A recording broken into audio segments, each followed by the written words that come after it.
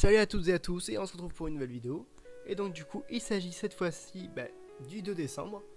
On continue le calendrier avant Marvel.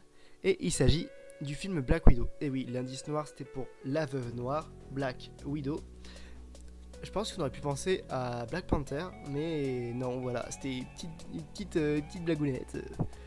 Donc du coup, prenez votre tenue et vos petits pistolets quand même pour tirer comme Black Widow, parce que c'est parti. On commence bien sûr par le synopsis.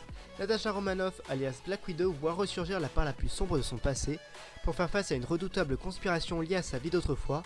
Poursuivie par une force qui ne reculera devant rien pour la battre, Natasha doit renouer avec ses activités d'espionne et avec ses liens qui furent brisés, bien avant qu'elle ne rejoigne les Avengers. Le tournage. La production de Black Widow a débuté à l'été 2019 avec un tournage sur 3 continents pendant 87 jours.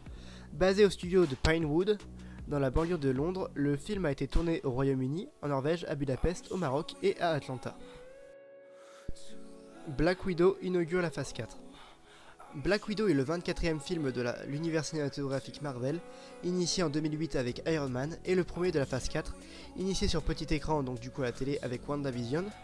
Il sera suivi de Shang-Chi et la légende des 10 anneaux, Les Éternels, Spider-Man No Way Home, Doctor Strange in the Multiverse of Madness, Thor Love and Thunder et le dernier de cette phase, Black Panther Wakanda Forever. Qui pour Yelena Belova? Pour le personnage de Yelena Belova, alliée de Black Widow, plusieurs actrices étaient en compétition avant que la production ne choisisse finalement Florence Pugh, qui a été révélée par le tétanisant Midsommar. Emma Watson, Saoirse Ronan, Alice Engerlert et Dar Zuzowski étaient toutes les 1, 2, 3, 4, 5 en compétition. Un personnage mystérieux. Le scénariste Eric Pearson explique: le mystère qui entoure Natasha Romanoff est irrésistiblement attirant, tant pour le public que pour nous, cinéastes. Parmi tous les Avengers, c'est elle qui a révélé le moins de choses personnelles depuis que nous la connaissons. Elle n'est pas ce qu'elle a dit d'être dans Iron Man 2, elle choisit de cacher son passé et son identité au public et aux autres personnages. Dans Black Widow, nous levons le voile sur son passé et révélons ce qui l'a conduite à vouloir rester si secrète. Référence prestigieuse. Lors d'une interview, Scarlett Johansson avait cité Terminator 2 sorti en 1991, Le Fugitif sorti en 1993 et Logan sorti en 2017 comme référence pour le film. La fille de Mila Jovovich au casting. A noter la présence de Heather Anderson, une des filles de Mila Jovovich et du réalisateur Paul W.S. Anderson. Elle y joue Natasha Romanoff jeune. Le choix de la cinéaste. L'Australienne Kate Shortland a été choisie au terme d'un long processus de sélection pour réaliser Black Widow. La réalisatrice a triomphé des 70 candidates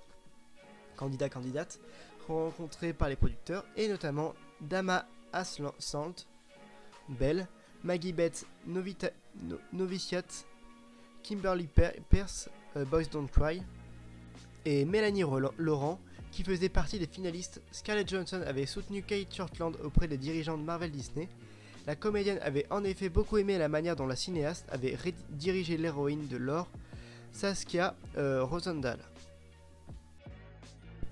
Pour la 8e fois. Avec Black Widow, Scarlett Johansson incarne Natasha Romanoff pour la 8e fois, sans compter son caméo dans Captain Marvel lors de la scène post-générique. Après Iron Man 2, Avengers, Captain America, Le Soldat de l'Hiver, Avengers l'Ère d'Ultron, Captain America Civil War, Avengers Infinity War et Avengers Endgame. Un projet qui date de 2004. En 2004, Lionsgate se porte acquéreur des droits du personnage Marvel.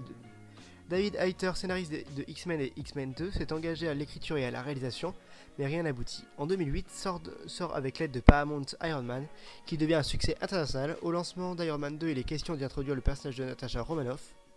Emily Blunt est contactée pour le rôle, mais est obligée par contrat de partir tourner les voyages de Gulliver. Scarlett Johansson la remplace et Black Widow est introduite comme la secrétaire de Tony Stark, entre guillemets. Kevin Feige annonce que les discussions pour un film solo sur Black Widow sont en cours. En 2014, Nicole Perlman signe une version de scénario qui reste archivée. En 2015, Avengers l'Ère d'Ultron montre une scène du passé de l'héroïne et une partie de son enfance qui n'a apparemment pas été de tout repos. Scène qui apparaît à l'époque comme un teasing d'un futur film solo.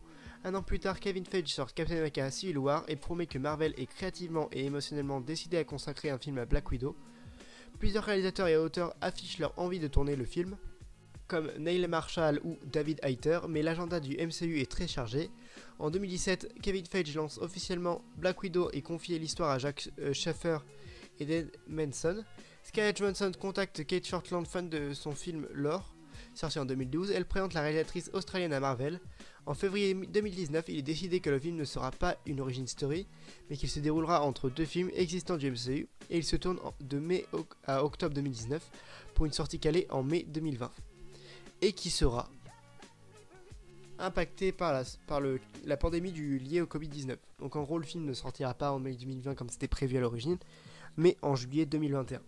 Un sacré report quand même, parce qu'on attendait ce film. Parce que quand j'avais vu, par exemple, là on sort de l'anecdote, mais pour parler de mon avis personnel, quand on avait les premières images de tournage et tout, ça donnait quelque chose de super sympa et tout.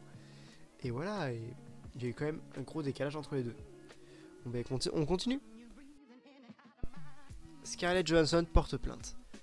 Scarlett Johansson a déposé une plainte mardi 27 juillet 2021 contre les studios aux grandes oreilles devant la cour supérieure du comté de Los Angeles.